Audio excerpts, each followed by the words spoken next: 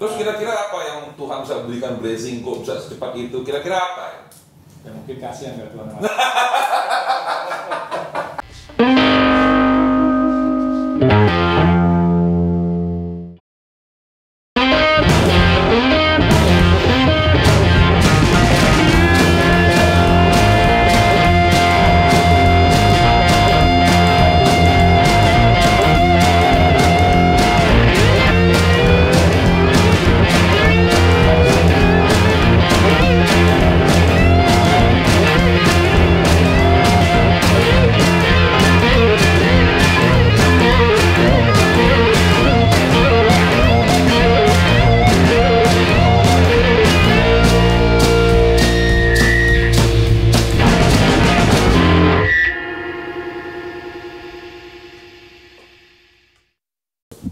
Halo dan jumpa lagi di Ngobrol Cleaning bersama Bang Lims di episode yang keberapa ini? Yang keempat kalau nggak salah. Dan hari ini, tepatnya sore ini, saya sedang bersama dengan seseorang yang luar biasa. Katanya beliau itu adalah salah satu dari pemimpin perusahaan cleaning service terbesar di Indonesia, salah satunya, ya. Dan ini orang paling susah ditemui, ya kan? Ini super sibuk, luar biasa. Baru pulang dari Semarang, hari ini saya bajak dan saya memanggilnya Om. Siapa dia? Siapa beliau? Kita perkenalkan Bapak Charles Adrian Jasa. Oke. Terima kasih Bang Lim, terima kasih. Luar biasa. Ini seorang paling susah di dunia yang ditemui. Dan juga Bang Lim. Pak Charles Adrian Jasa. Beliau ini adalah director ya? Yes, ya, Director. bisa dikatakan begitu. Dari Kelvastindo. Betul. Betul ya, Kelvastindo. Betul. Dan memiliki perusahaan gak cuma cleaning, tapi juga parking, tapi security ya, security juga. Dan punya home cleaning juga kalau nggak salah. Ada. Ada home cleaning juga. Boleh tahu namanya? Click and clean. Klik and clean. Luar biasa ya. Jadi kita coba lihat di episode-episode sebelumnya, setiap pemimpin perusahaan di era pandemi ini. Tapi Click and Clean itu kalau nggak salah sebelum pandemi sudah ada itu. Sudah dari 2017. Nah, hari ini orang paling susah dikorek. Orangnya sangat familiar, ya, tapi susah ditemui. Nah, ini satu kebanggaan buat saya, suatu hal yang sangat jadi berkat Tuhan. Saya bisa bertemu dengan beliau. Pak Charles Adrian Jasa, cerita dong sedikit tentang perjalanannya. Dulu pernah kerja sama orang nggak sih? Pernah Kerja? Pernah. Okay. Saya awalnya bekerja secara profesional, bukan di bidang kebersihan ini sebetulnya awalnya. Saya basicnya lebih ke arah accounting, audit, sistem, IT. Di tahun 2001 baru saya mulai terjun di bidang kebersihan. 2001? Ya. Luar biasa, di kebersihan. Ya. Baru. Tapi bekerja juga ya. Bekerja juga. Bekerja, bukan memilih atau sebagai direktur, bukan. Bukan sebagai direktur. Oke. Dan saya tahu benar perusahaan yang beliau pimpin dari mulai 2001 itu perusahaan yang sangat melesat tajam juga. Ini boleh kita korek-korek nanti, ya. Kelvastindo itu berdiri tahun berapa itu, Om Charles?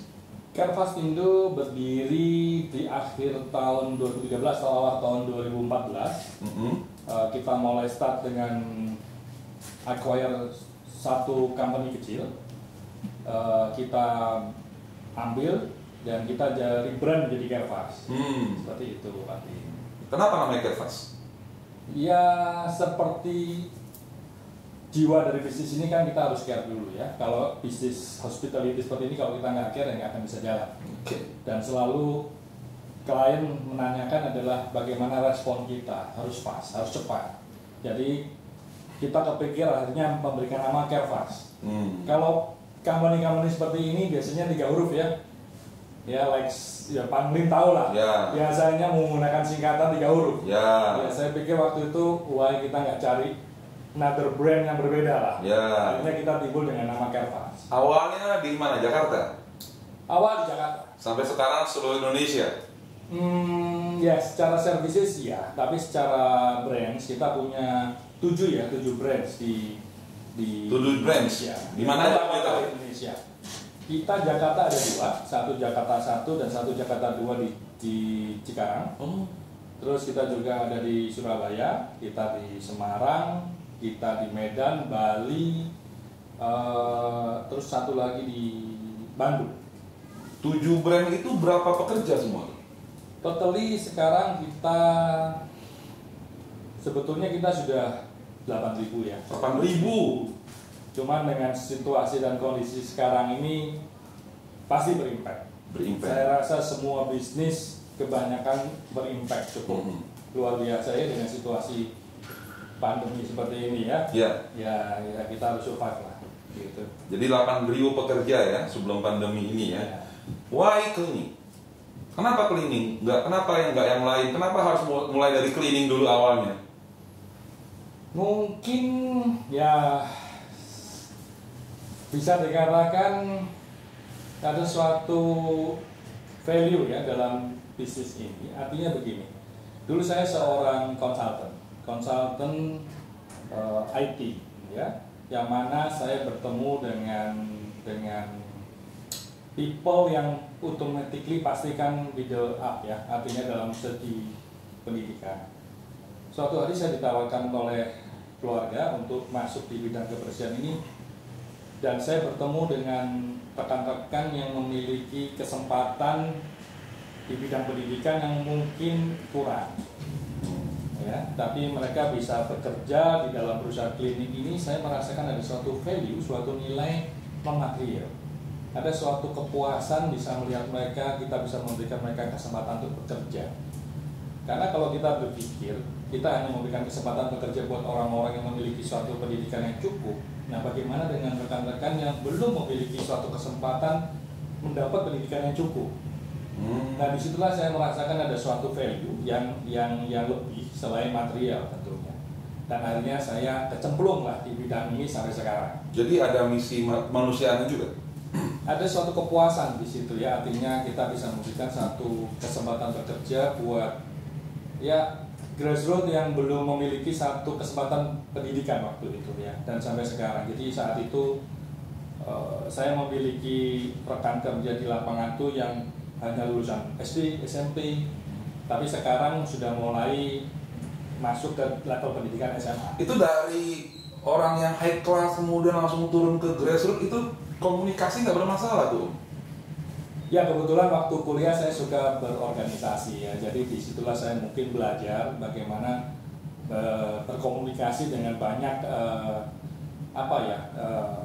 orang. Disitulah mungkin saya belajar banyak untuk bisa berkomunikasi dengan orang-orang dari segala macam latar belakang. Menurut yang pernah saya dengar, katanya Carefast itu benar-benar fast. Jadi perkembangannya itu cepat sekali. Bahkan dari tahun 2013 akhir berdiri sampai hari ini berarti baru berapa tahun tuh? Sekarang kita baru saja merayakan ulang tahun yang ke berapa ya? Ke-6 ya? Ya di bulan Januari kemarin kita baru saja merayakan anniversary yang ke-6. Ke-6 punya 7 brands, 8.000 pekerja per tahun, berarti 1. Itu kan fast itu. Ya kebetulan ya memang tim yang membantu saya adalah tim yang fokus, profesional, dan sehingga kita bisa berkembang dengan baik. Ini timnya apa direkturnya nih? Ya combine lah. Combine. Bidang ini nggak bisa sendiri. Nggak bisa sendiri ya. Kita membentuk suatu yang namanya organisasi. Oke. Ya. Jadi moving targetnya cepat ya? Moving targetnya ya berjalan ya. Ini banyak orang terkaget-kaget juga. Ini Carefast berarti kalau 6 tahun sudah punya 7 brand, setiap tahun satu branch area kan seperti itu. Nah ini ekspansi bisa kenceng begitu, apa duitnya kenceng atau memang apa gitu loh? Nah iya. Itu tadi kuncinya didukung oleh tim yang. Lo kan banyak orang punya tim yang bagus juga nggak bisa secepat Carefast. Ya mungkin yang pertama adalah blessing ya. Blessing. Kita bukan klise ya, tapi honestly blessing itu penting sekali kita dalam melakukan satu usaha ya. Terus kira-kira apa yang Tuhan bisa berikan blessing kok bisa secepat itu? Kira-kira apa ya? Ya mungkin kasihan kalau Tuhan. Tuhan kasihan. Apa mungkin karena awalnya business for helping people tadi? Pardon? Business for helping people. Ya, ada keinginan menolong orang di situ kan? Ya seperti saya katakan tadi, kalau bidang ini menariknya adalah bagaimana kita bisa memberikan satu opportunity buat rekan-rekan di lapangan ini supaya bisa bekerja dengan halal ya. Karena selalu saya sampaikan kepada rekan-rekan bahwa jangan malu di bidang ini. Ya, jangan malu di bidang ini, kita bekerja dengan halal, kita bisa memberikan nafkah buat keluarga dengan halal, kita syukuri, dan saya yakin di bidang ini ada satu jenjang yang bisa kita kejar. Ya, dan bidang ini bukan bidang yang stagnan. Tapi sekali lagi semua kembali pada diri kita ya. Artinya Carefast as company selalu membuka pintu selebar-lebarnya buat orang-orang yang memang mau berkembang. Tapi kita tidak bisa paksa. Om Charles ini kalau menurut pekerja-pekerja ini sebenarnya tipe pimpinannya gimana sih? Otoriter, galak, cerewet, darah tinggi, friendly atau bagaimana kira-kira? Itu mungkin harus tanya sama tim saya sendiri kan? Tanya sama tim ya? Kalau tanya sama saya ya. Tapi semenjak ya pasti saya nggak bisa jawab dengan objektif. Jawab itu ya, objektif ya. Oke, we talking about this pandemic. Jadi ada efeknya pandemi pada Carefast yang ya, situasi ini nggak ada satupun orang yang saya yakin menyangka. Ya, tidak ada satu orang pun yang saya temui mengatakan, oh ya saya sudah tahu. Ini adalah suatu kejadian yang tidak bisa kita predik sebelumnya atau kita duga sebelumnya bahwa ada suatu kejadian seperti ini yang berimpact ke seluruh bidang dan ke seluruh negara. Saya yakin di dunia ini tidak ada satu negara pun yang tidak terkena dampak daripada pandemi ini, gitu ya. Sorry, ini agak sensitif. Dari 8.000, apakah terjadi pengurangan? Iya. Berkurang berapa boleh tahu? Wow, ya ribuan lah ya. Berapa persen kira-kira penurunan? 25% penurunan ya. Terus, sorry, ini pertanyaan saya tanyakan juga kepada beberapa pengusaha-pengusaha yang kita ajak bicara juga. Orang-orang HO ada pengurangan juga. Sampai saat ini untuk orang-orang head office ataupun branch masih kita upayakan untuk kita tahan, tidak ada pengurangan sampai saat ini. Orangnya nggak dikurangi? Sampai saat ini belum. Gajinya? Ya, sampai saat ini juga kita masih upayakan untuk kita tahan supaya tidak ada pengurangan gaji. Ini luar biasa. Gimana? Main dukunnya di mana? Jadi yang saya lihat ya, ada orang tuh ngeluh-ngeluh sama saya. Karena saya suka ngobrol juga sama beberapa pengusaha cleaning, dia bilang, wah ini keadaan kayak gini, gua mesti ada yang ngeluarin, bahkan udah ada yang zero ya kan, ada yang kolap dan lain-lain. Ini mempertahankan cash flow selama 5 bulan yang berat ini tuh piye gitu. Ya, ikat pinggang nih, kita ajak semua tim untuk ikat pinggang. Kita eratkan ikat pinggang lah. Artinya segala sesuatu biaya yang bisa kita tahan, ya kita tahan. Tapi kalau menurut saya gaji kan bukan sesuatu yang bisa kita lakukan pemotongan di awal. Itu adalah langkah terakhir yang saya harap tidak akan saya lakukan, gitu ya. Karena gaji kan itu yang menghidupi kita semua, termasuk saya, gitu ya. Artinya itu menjadi basic kita semua bekerja. Makanya ini kan kita BOD masih berupaya untuk bisa menahan supaya tidak terjadi pengurangan gaji. Iya, lagi pula kan pengurangan orang itu terjadi sebenarnya bukan karena kita tega nggak tega ya, tapi karena kita nggak ada pemasukan kan. Iya, saya pun paham, bahkan saya punya beberapa rekan bisnis yang sudah sebanyak cerita sama saya, dan saya jujur saya pribadi nggak bisa salahkan. Karena situasinya memang berat dan memang kalau tidak ada income, bagaimana kita bisa memberikan gaji pada para pegawainya. Om Charles, ini kalau pandemi seperti ini yang nggak terduga-duga, tentu kan orang-orang kantor, HO, orang-orang di branch itu kan petak-petir juga nih. Ya kan, petak-petir dia kan, hidupnya gimana nanti di ujung tanduk dan lain-lain.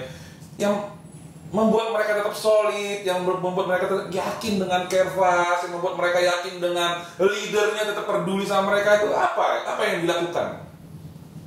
Ya, jelas ya harus kita bisa komunikasikan ya. Kita harus ajak mereka berada dalam satu perahu yang sama. Kita semua mengalami situasi yang sama, ya. Kita mengalami tantangan yang sama. Ya kita harus komunikasikan dengan mereka seperti apa. Bahkan yang membuat saya terharu jujur, ada beberapa key person saya yang telepon saya. Oke. Bahkan mengatakan siap untuk dipotong gajinya. Wow. Sampai saya bisa katakan speechless gitu loh. Kok malah saya yang mereka yang minta ya? Mereka yang minta untuk dipotong. Wih. Ya di situ jujur kalau waktu itu saya sempat ya berkaca-kaca ya, karena justru dari mereka yang mengerti dan memahami situasi ini dan justru bahkan meminta untuk dipotong. Kalau begitu berarti mereka sudah one family gitu kan, udah masuk ke dalam satu keluarga besar Carefast kan, sehingga dia merasa bahwa ini adalah keluarga yang sedang bermasalah, berarti dirinya juga sedang bermasalah dan dia memiliki empati yang seperti itu. Ya itulah saya bersyukur punya tim yang seperti itu ya, artinya mereka memahami lah situasi. How you can do that?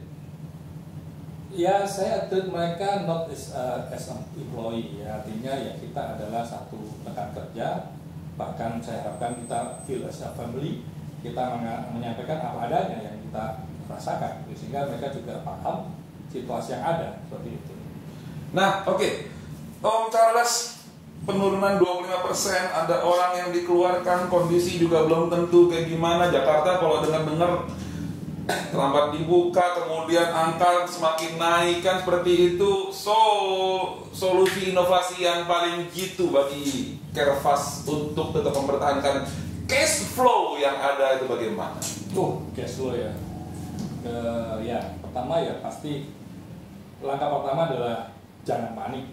Jangan panik. Ya memang saya pun panik, jujur itu teori tapi dulu rambutnya masih agak hitam. Begitu ya. Sekarang agak abu-abu dikit. Saya ini, kalau orang kan di rambut, saya di jenggot saya udah mulai ubanan. Lanjut terus. Ya. Jadi ya kita harus inovatif ya. Artinya dalam situasi yang seperti ini ada beberapa bisnis yang timbul memang yang tadinya tidak pernah mendapat perhatian dengan situasi ini justru naik permintaannya. Dan di situ yang saya harapkan dari tim adalah dia bisa untuk adapt untuk satu perubahan seperti ini dan bisa catch up the opportunity. Oke. Ya kita tidak boleh kaku gitu ya. Artinya apa yang terjadi ini, situasi seperti ini, bagaimana kita bisa menemukan satu celah peluang yang kita bisa garap di situ. Contohnya?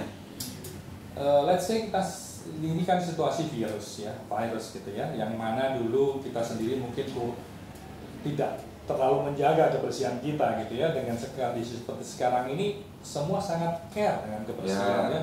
Kita dulu mungkin nggak pernah cuci tangan, sekarang keluar sedikit kembali harus cuci tangan gitu ya. Ya salah satunya seperti how to sanitize this building. Artinya dulu kan yang penting bersih. Nah sekarang tidak bisa, mereka harus lakukan disinfektan, kita harus lakukan sanitize. Oke. Jadi ini yang tadinya tidak pernah diminta oleh dicas lagi nggak?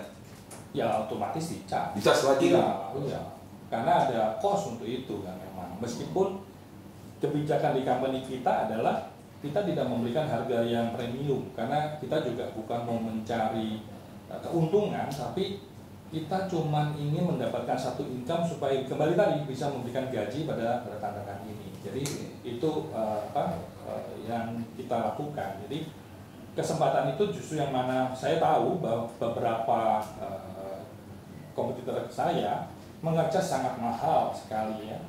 Ya itu kebijakan masing-masing. Policy setiap company pasti berbeda. Nah di situ kita coba masuk dengan harga yang kita anggap pas lah dengan situasi seperti ini. Artinya kita bukan mencari keuntungan semata, tapi bagaimana kita bisa punya generate income supaya bisa memberikan satu pendapatan buat company ini. Oke, jadi regular cleaningnya mati suri, desinfektannya jalan, sanitasinya jalan. Ada bisnis lain nggak yang dibuat yang baru-baru? Ya ada beberapa yang tadinya kita jadikan planning nanti gitu ya, terpaksa kita eksekusi sekarang. Contoh adalah kita sekarang masuk ke bidang services seperti pest control. Oke. Ya, jadi ya kita eksekusi sekarang karena kita juga ada permintaan seperti itu yang tadinya kita dengan tekanan, dengan situasi seperti ini kita lihat ada beberapa rekan kita yang harus dirumahkan dan tidak bisa bekerja, ya kita sekarang masuk dalam satu usaha baru yang kita kerjakan, yang mana memang dibutuhkan seperti itu. Selain itu ada lagi? Ya ada beberapa lagi lah. Ya, Nanti beberapa lagi. Semua. Ya intinya ya itu tadi. Satu, kenapa saya katakan jangan panik, meskipun itu juga berlaku buat diri saya, adalah supaya kita bisa berpikir lebih jernih dalam menilai situasi ini. Gitu. Jadi kalau kita udah panik, pasti kita sudah bingung ya seperti apa. Bagaimana melihat kondisi Indonesia seperti sekarang ini dengan pemerintahan saat ini? Oh, pemerintah sudah sangat luar biasa kalau saya boleh sampaikan ya, bahwa ya kita semua tahulah presiden kita bagaimana sangat care-nya dengan rakyatnya ya. Saya bangga sih punya presiden seperti beliau gitu ya. Ya memang culture bangsa kita kan unik ya, artinya terdiri dari kepulauan yang banyak sekali pintu dan kebiasaan kita yang nongkrong, yang bersosialisasi, tradisi gitu ya. Artinya pada saat situasi seperti ini mungkin perlu waktu untuk disiplin, karena kita orangnya orang yang guyup ya, artinya orang yang suka berkumpul, suka nongkrong. Begitu ada seperti ini dilarang, ya bingung gitu kan kitanya, jadi bingung kan. Saya biasa nongkrong, biasa guyup ke tetangga, terjadi seperti ini disuruh tidak boleh bersosialisasi, ya pasti perlu waktu ya. Dan disinilah yang saya lihat kita harus bisa mengerti situasi ini dan bisa mendukung apa yang pemerintah sampaikan. Nah, tadi bicara soal COVID. Soal COVID, inovasinya, solusinya kita sudah lihat dan dengar langsung dari Om Charles. Kemudian minggu kemarin saya baru dengar ada resesi karena kita sudah 2 bulan berturut-turut -5 ekonomi kita. Iya. Nah, itu bagaimana ya? Ya berita negatif sangat banyak ya, bahkan yang saya sampaikan ya teman-teman di perbankan tahun depan akan makin berat. Itu tadi, kalau kita dengarnya negatif dan respon negatif ya jadinya negatif gitu ya. Jadi saya mencoba untuk bisa menetralisir hal itu gitu ya. Artinya yuk kita dengar yang positif-positif, yuk kita lihat mana yang kita bisa masuk. Contoh sekarang ini jujur untuk kita coba masuk di dalam IT ya, artinya kita juga mulai concern untuk masuk di dalam sistem-sistem IT. Karena kalau kita lihat negatifnya aja pasti ada aja negatif gitu, ya. Nggak akan ya situasi seperti ini, seperti contohnya Amerika aja yang paling terkenal juga kondisinya sekarang seperti itu. Jadi apapun informasi masuk, kita yang menentukan sikap kita bagaimana. Betul ya. Luar biasa. Negatif dan positif efek daripada pandemi ini terhadap Carefastindo. Ya kalau terhadap Carefastindo, ya kalau antara negatif dan positif memang selalu beriringan, tapi memang negatifnya lebih banyak ya. Artinya situasi buat semua orang makin berat, ya. Tapi di sisi positif, nggak perlu saya jelaskan lah negatifnya, semua orang tahu loh ya. Tapi kalau mungkin di sisi positifnya adalah ya secara teamwork makin solid, makin kita bisa lihat lah mana tim-tim yang memang benar-benar sejiwa ataupun benar-benar bersama dengan kita yang mana seperti apa. Jadi positifnya adalah kita semakin mengerti satu sama lain. Maksudnya Om Charles ini masa-masa yang terbaik untuk melihat potensi manusia tersebut, menyaring manusia tersebut, mencatat orang-orang tersebut, atau gimana ini? Ya puji Tuhan semuanya baik sih. Gitu ya. Oke. Kan kalau nggak salah sekarang banyak yang dikeluarkan, banyak orang-orang bagus juga dikeluarkan loh. Oh iya? Maksudnya di company lain? Iya, di company lain banyak orang-orang bagus juga dikeluarkan. Padahal orang bagus, orang hebat gitu loh. Saya pernah ngomong sama orang-orang, saya pernah ngomong sama beberapa klien juga, saya bilang ini saatnya Anda mencari orang-orang bagus, karena orang bagus mau bekerja walaupun tidak dengan harga dia sebenarnya. Ya mungkin. Gitu. Oke, dan setelah pandemi ini berakhir, ya. Nah, Semoga secepatnya. Ya kan, apa yang akan terjadi kira-kira yang dilakukan oleh Carefast? Jadi pandemi sudah selesai, gitu kan? Menurut visi daripada Om Charles sendiri, ini Carefast ini akan bagaimana? Ya, ke depan untuk Carefast ya tentu kita harus harus makin tajam ya. Artinya situasi ini pandemi ini kan berakhir, tapi ekonomi belum tentu sih langsung membaik. Pasti perlu proses. Dan kita sebagai penyedia jasa ini juga paham bahwa situasi ini kan berat bagi semua bidang. Jadi buat klien-klien kita ini juga kejadian ini bukan hal yang mudah, gitu ya. Jadi yang saya harus tekankan kepada tim adalah kita harus berpikir lebih bagaimana kita bisa memberikan servis yang baik, tapi juga selalu memikirkan klien supaya klien itu juga secara costing juga juga mereka bisa membantu mereka untuk berpikir secara costing. Jadi kita melihat klien itu bukan sebagai hanya klien, tetapi bagian daripada kita juga. Ya, tentu. Gitu. Tentu. Itu mungkin yang dikatakan service with heart itu.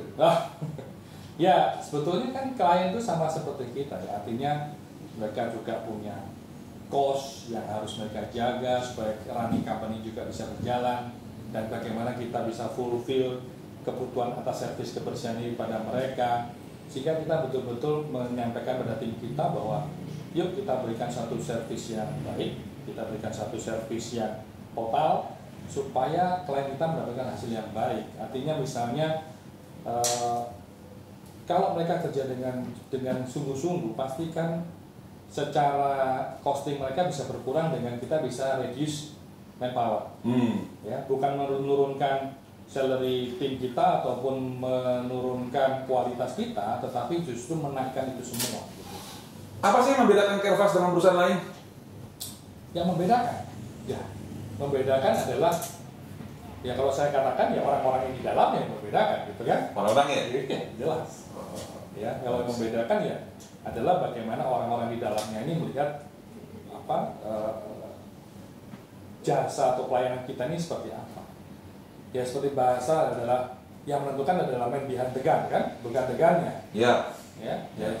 Di bidang ini ya pasti adalah orang-orangnya yang menentukan bagaimana orang-orang operation saya mengerti tugas dan tanggung jawabnya, bagaimana orang-orang administrasi saya bisa membuat administrasi yang tepat waktu, gitu ya. Karena itu tadi kembali cash flow ya tergantung daripada tim administrasi saya, kan. Tim administrasi kita bagaimana dia bisa melakukan satu cash flow yang baik daripada mereka. Om Charles, terakhir, ini kan kita akan upload ke YouTube, ya. Bisa jadi akan banyak kawan-kawan, operator, supervisor, manajemen Carefast akan menontonnya, ya kan? Kira-kira, ya, ini sebuah tunnel, ini sebuah channel, gitu kan? Apabila saat ini para pejuang-pejuang Carefast itu berada di depannya Om Charles mau ngomong apa dengan mereka-mereka semuanya? Oke. Di masa pandemi seperti ini, kondisi seperti ini. Ya pertama ya adalah kita harus jaga semangat kita. Bagaimana kita bisa mempunyai satu semangat yang kuat untuk dalam menghadapi pandemi seperti ini. Ya. Dan yang kedua adalah itu tadi, kita harus bisa menahan apa yang bukan menjadi kebutuhan kita. Karena seringkali yang saya lihat di rekan-rekan di lapangan adalah jika memiliki suatu uang langsung habis. Ini yang saya selalu reminder ke mereka bahwa kita harus bisa secara bijak menyikapi apa yang kita punya, dan kita harus bisa membelanjakan sesuai dengan kebutuhan kita, bukan keinginan kita. Ya, jadi dan yang ketiga yaitu tadi bagaimana kita bisa memberikan satu servis yang baik, itu menjadi kunci kita untuk bekerja. Ya, jadi saya sampaikan pada rekan-rekan semua untuk tetap semangat. Situasi ini tidak mudah bagi semua orang, ya. Tetapi kita harus percaya bahwa ada satu sosok, ada suatu entitas, ada suatu wujud yang menciptakan kita, gitu ya. Ya, artinya saya yakin kita semua memiliki satu iman hal itu ya, bahwa apa yang menjadi kesulitan kita hari ini akan kita cukupkan hari ini, dan kita akan diberikan suatu kekuatan untuk bisa mengatasi ini semua. Jadi kembali ke mindset. Sekali lagi saya selalu sampaikan bahwa yang terpenting adalah bagaimana kita mengatur mindset kita. Segala sesuatu kita bisa pelajari. Yang asal kita mau, mindset kita benar. Ya, seringkali kita tidak merapikan mindset kita dulu nih. Itu yang selalu saya remind ke rekan-rekan semua. Tetap semangat untuk bisa melewati situasi ini. Tetap semangat untuk bisa melewati situasi ini, tetap memelihara mindset yang positif, optimis dan produktif seperti itu. Dan percaya selalu. Dan percaya selalu, jangan pernah lepas iman dari Tuhan atau apapun yang Anda percayai. Dan sebelum saya menutup ini, ada rumor-rumor yang berkelindan di telinga saya. Apa nih? Ini terakhir banget. Ada yang mengatakan Anda adalah the father of the Indonesian cleaning service. Menurut Anda bagaimana tuh? Anda Bapak sekali punya orang hebat di Indonesia ini. Bahkan kalau saya kebetulan ke luar negeri, mereka sangat suka dengan hospitality kita ya. Artinya bagaimana setiap pelayanan kita itu ada orang sangat baik sekali. Kita terkenal sebagai bangsa yang ramah, dan saya harap ini tidak terdistorsi sekarang ini ya. Dan yang bergerak di bidang kebersihan ini saya banyak sekali senior saya ya. Jadi kalau dikatakan bapak, saya rasa saya masih cukup muda gitu ya. Jadi agak model tua. Jadi senior. Yang terpenting buat saya adalah lakukan yang terbaik apa yang kamu bisa. To the best. Ya, lakukan terbaik apa yang kamu bisa. Hidup cuma sekali. Ya, jangan sampai kita meninggal dengan menyesal. Ya kan? Kita nggak bisa memilih kita dilahirkan, tapi kita bisa memilih pada saat kita meninggal. Ya, dan sekali lagi semua kesempatan itu kembali kepada diri kita. Ya, setiap orang, setiap perusahaan saya yakin selalu memberikan pintu terbuka. Apakah kita berani masuk atau tidak, kembali ke diri kita. Karena seperti Tuhan Yang Maha Esa saja nggak bisa paksa kita untuk sholat kan? Ya, jadi bagaimana orang bisa maksa orang gitu ya. Jadi sekali lagi kembali ke mindset kita, bagaimana kita melihat situasi ini. Mindset yang paling utama. Dan Om Charles, makasih banyak atas waktunya. Sama-sama. Saya sudah menyita waktu terlalu lama ini. Kan waktu bagi beliau adalah uang. Enggak juga ya. Enggak juga. Ini datang ngasih pertanyaan, nggak tahu apa-apa. Nggak ngerti apa-apa. Tapi dijawab sangat luar biasa, dan saya terus terang saya sendiri belajar banyak dari pertemuan dengan Om Charles dan para Clean Squad dan Clean Planner, baik yang mau membangun perusahaan cleaning service ataupun yang sudah membangun cleaning service kemudian menghadapi pandemi ini.